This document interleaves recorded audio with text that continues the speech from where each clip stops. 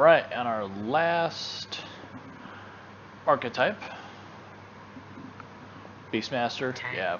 I'm really hoping. The thing I will never be. Well, see, this thing is, you're hearing the name Tank, and hopefully they explain this, or we will. That the tank isn't a tank, right? It's not, the archetype of tank is not a role of a tank. So. You're getting the Spock eyebrow right now. I don't know. Necro and Diablo 3, yeah. Okay.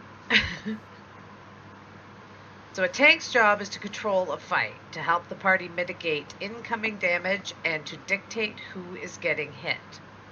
They can take an unconscionable amount of punishment, and woe to those who ignore their command.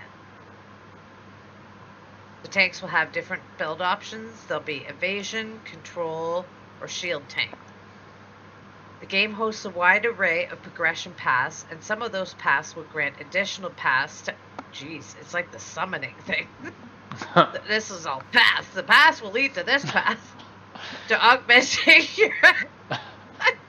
I swear you set me up on this. No, Steven did.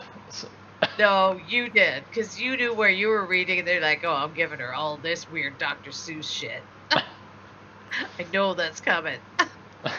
Will grant additional paths to augmenting your threat generation. This can be in the form of enchantments and stats, and even in the form of augments granted from societies and religions. Gear and skills choice are also a big component.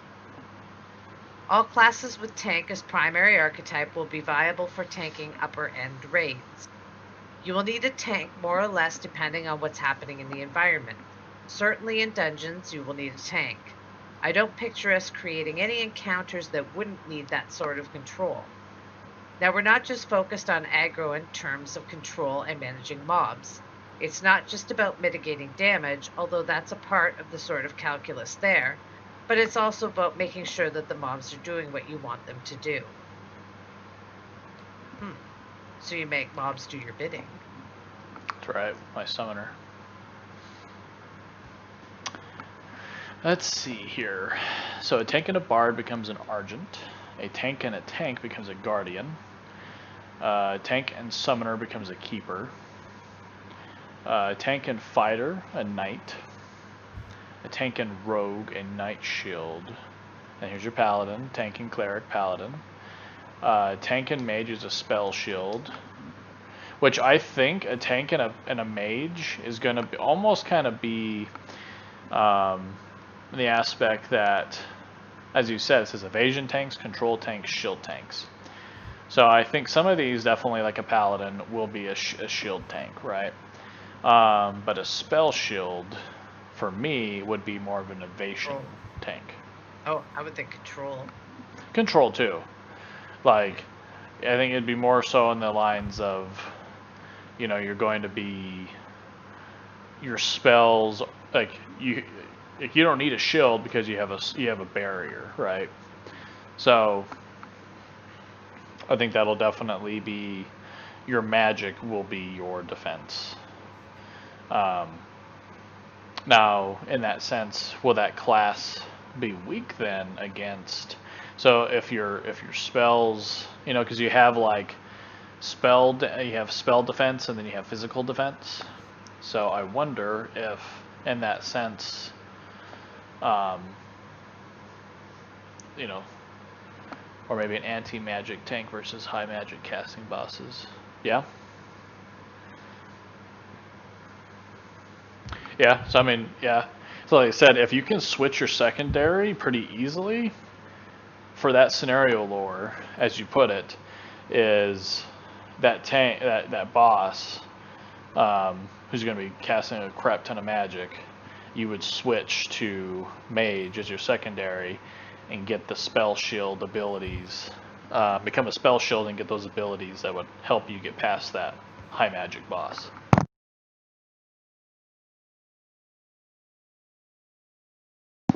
Yay for sneezing. Alright. So Tank and Ranger is a warden. So it's a pretty cool name. I like the names of these. I will say this from Haven't seen a Crusader. Right. Yeah, the Crusader, like that's what I was thinking, like on the Cleric. Thank you, Laura. I was thinking like on the Cleric we would have saw, it said Apostle, and I'm like, why not Crusader? But I thought I've seen it before, but I guess not. All right, let's do. Tanks will not be forced to have a shield, but it will definitely be a viable option for their skills. So let's take a quick look here.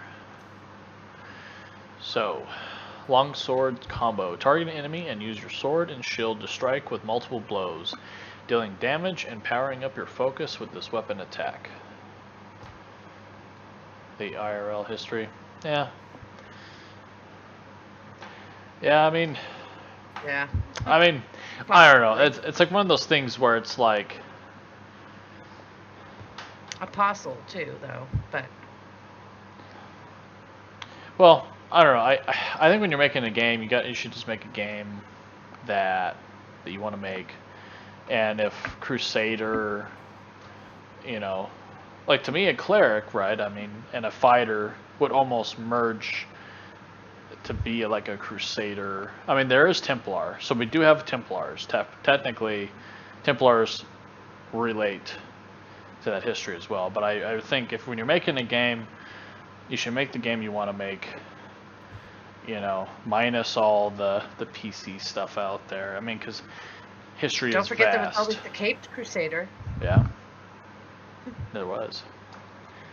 Fantasy game, yeah. Like I said, make the game you want to make. I mean, technically, Asmongold actually made a pretty good point, because somebody was bringing up on the forums like racism and all that stuff, and he's like, "This shouldn't be a thing in World of Warcraft," and it's like, Horde versus Alliance. Literally, it's humans hate the orcs because of the orcs.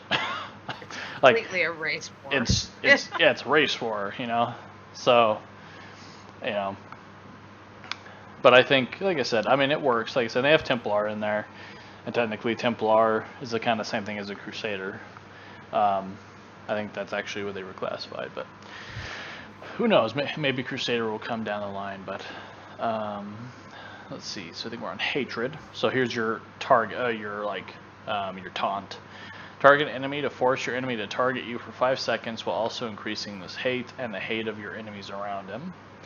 Bulwark. Summon a wall and cause your enemies to take damage and become knocked down if they attack the wall. Impale. Doesn't sound too fun.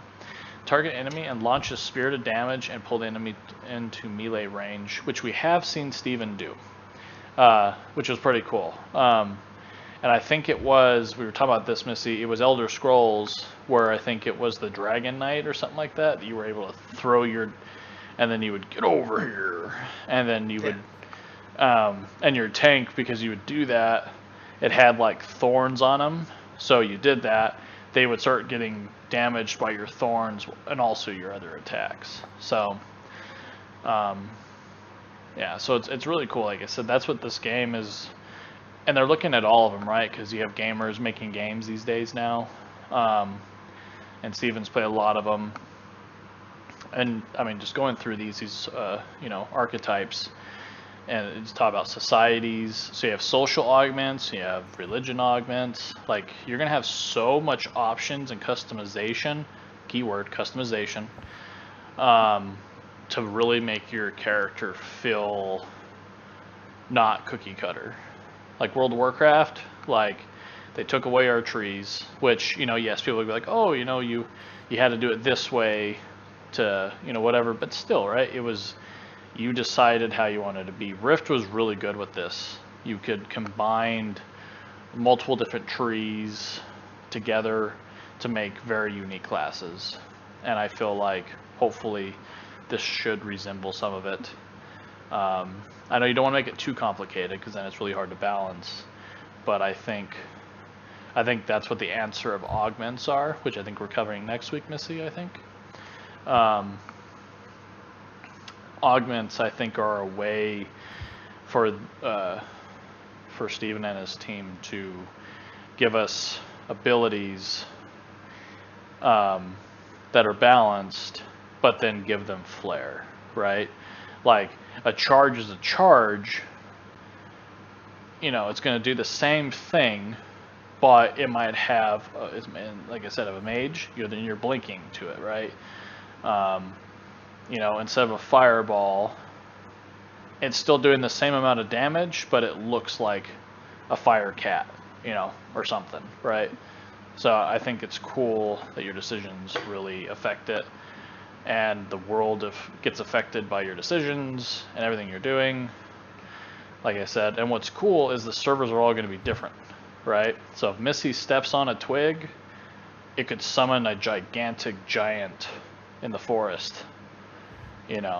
but because that twig was never stepped on, it's like different realities.